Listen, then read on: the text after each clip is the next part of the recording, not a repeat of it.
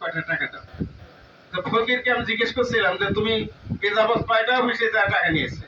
বলে 4টা অফিসে গেছো, সবাই দিছে? বলে হ্যাঁ দিছে। তোমার কাছে এরা বেশি আশা করতেছে, আজ যাবা না? তাহলে আবার যাবো। আমি বললাম যে ওই ফকির তো সব অফিসে যা ভিক্ষে নিছে, সবাইকে দোয়া করতেছে, তোমরা কয়জনের কাছে টাকা নিছে? এ যাবৎ ইন্ডিয়ারা টাকা দেয়নি।